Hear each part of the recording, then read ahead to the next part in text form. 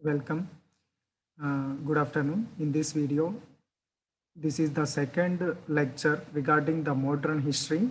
In this video, we will discuss the entry of Dutch in India, and this is with regard to the advent chapter 2 of the spectrum modern history, that is the advent of Europeans. Under this, we already discussed about the Portuguese in the previous video.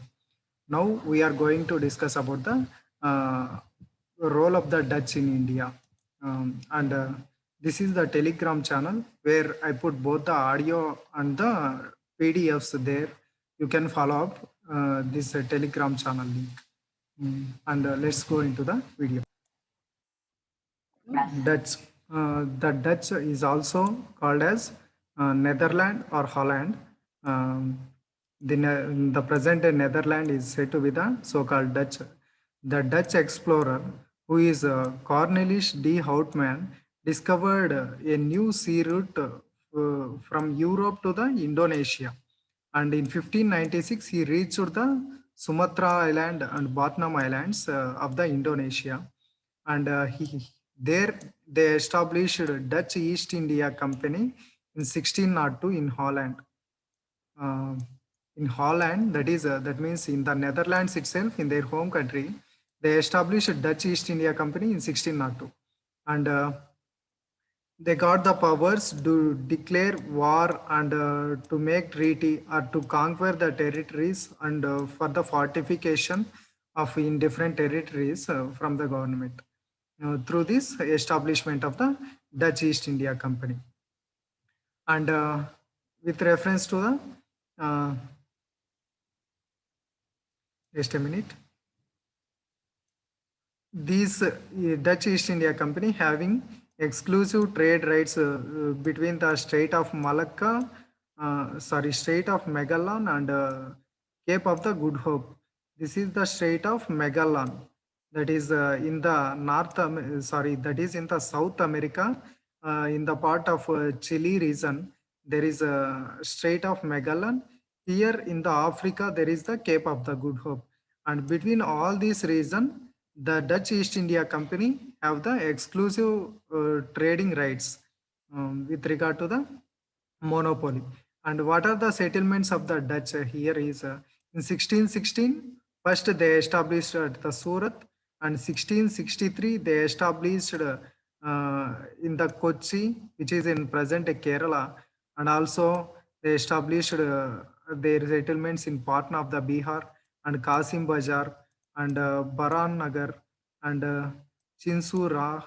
These three are in West Bengal. That is Kasim Bazar, Barangarh, and the Chinsura.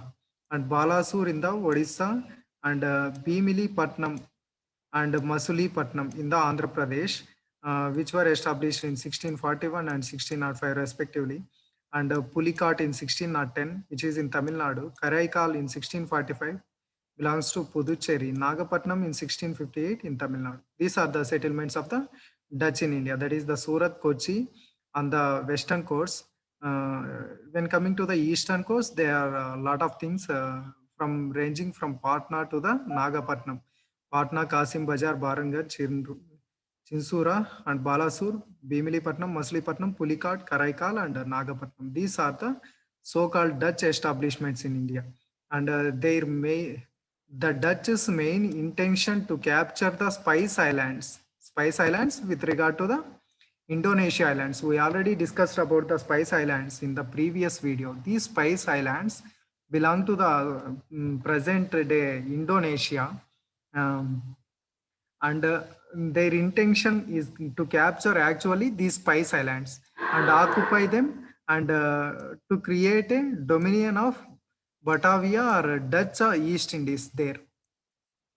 By Spice Islands ni occupy chesi ఆ spice ఐలాండ్స్ని Dutch East ఇండీస్గా మార్చాలని ఒక plan అనమాట. వాళ్ళ main intention డచ్ది. 17th century, bitter rivalry between the English and the Dutch having bitter rivalry with the Britain, both in the Europe as well as in the East. At Amboina, a place, they massacred 10 Englishmen and 9 Japanese men in 1623 by the Dutch. This is a great massacre, and they captured Malay, so-called Malaysia, and Indonesian islands from the Portuguese. And then in 1668, they also conquered the Sri Lanka part, and they captured from Portuguese in 1605. Sorry, this Amboina, so-called Amboina, where the massacre has been occurred, this Amboina has been captured from the Portuguese in 1605 itself. In 1639, the Goa has been blockaded by this Dutch, and 1641, Malacca has been captured. Malacca, state of Malacca has been captured. ఇక్కడ ఏం లేదు.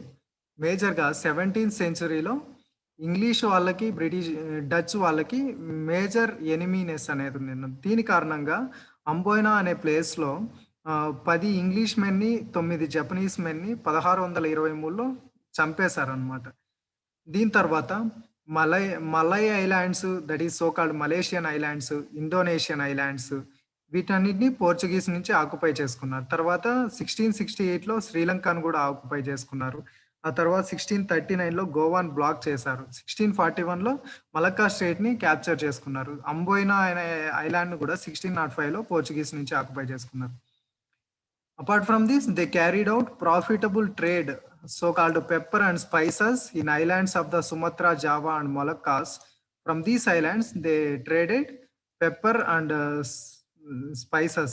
Their headquarter in the east is the Batavia. Now it is located in the Java island. Remember this, the Dutch headquarter in the east is the Batavia, now present in the Java island of the Indonesia. They, however, unable to secure the monopoly in the traditional cotton good pieces, which is the staple article throughout the Malay Peninsula. Apart from these all achievements, they failed to achieve monopoly in the traditional cotton good pieces of the Malay Peninsula. In 1609, they opened a factory at the Pulicat, which is north of the Madras.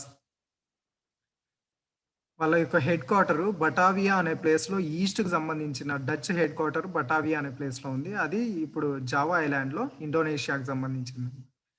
వాళ్ళు ఇంత secure చేసుకున్నా కూడా traditional cotton good పీసెస్లో monopoly acquire చేసుకోలేకపోయారనమాట. Malay పెనిన్సులాలో produce చేసేటువంటి 1609లో పులికాడ్ దగ్గర ఒక ఫ్యాక్టరీ అనేది ఓపెన్ చేశారు. Throughout 17th century, they secured monopoly of the spice trade by removing the Portuguese. 17వ శతాబ్దం మొత్తం అంతా పోర్చుగీస్‌ని ఎలిమినేట్ చేసేసి స్పైస్ ట్రేడ్ మొత్తం అంతా monopoly చేసుకున్నారనమాట.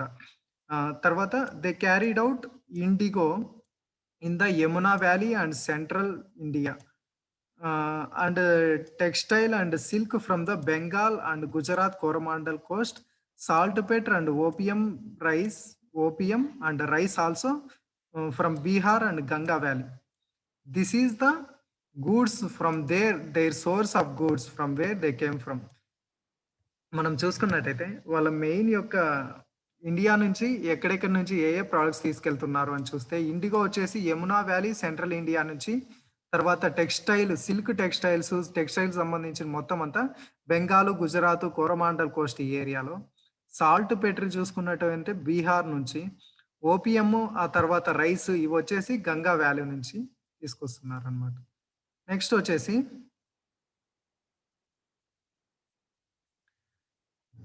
Dutch have given more attention to the Malay archipelago than India. That's why the English prominence in the India has been increased than the Dutch.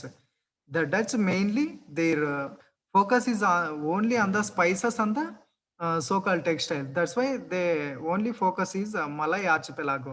And in a third Anglo-Dutch war in 1672 and between the 1672 and 1674,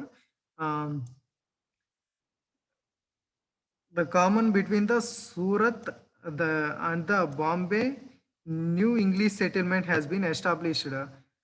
The commission between the Surat and the Bombay new English settlement have been established, which always threatened 3 ships of English has been captured in Bay of Bengal.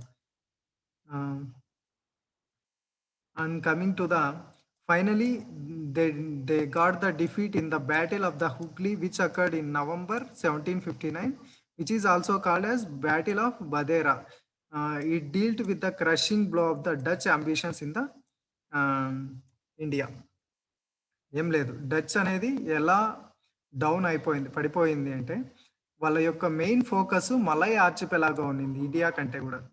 దాని కారణంగా English prominence ఇండియాలో పెరిగిపోయింది. Third Anglo Dutch వార్‌లో ఒక సూరత్‌కి, బాంబేకి ఒక treaty new settlement అనేది establish చేసుకున్నారనమాట. ఆహ్, దీని ద్వారా ఈ థర్డ్ ఆంగ్లో డచ్ వార్‌లో డచ్ అనేది మేజర్ ప్రామినెన్స్ ఉన్నింది. 3 ఇంగ్లీష్ షిప్స్ కూడా క్యాప్చర్ చేసుకున్నారు బే ఆఫ్ బెంగాల్‌లో. తర్వాత ఫైనల్‌గా బ్యాటిల్ ఆఫ్ హుగ్లీలో నవంబర్ 1759లో the Dutch has been defeated finally by the British. This battle also called as battle of Bidara, which crushing the blow of Dutch ambitions in India. These all about the Dutch position in India and their rule in India. That's all. Very simple.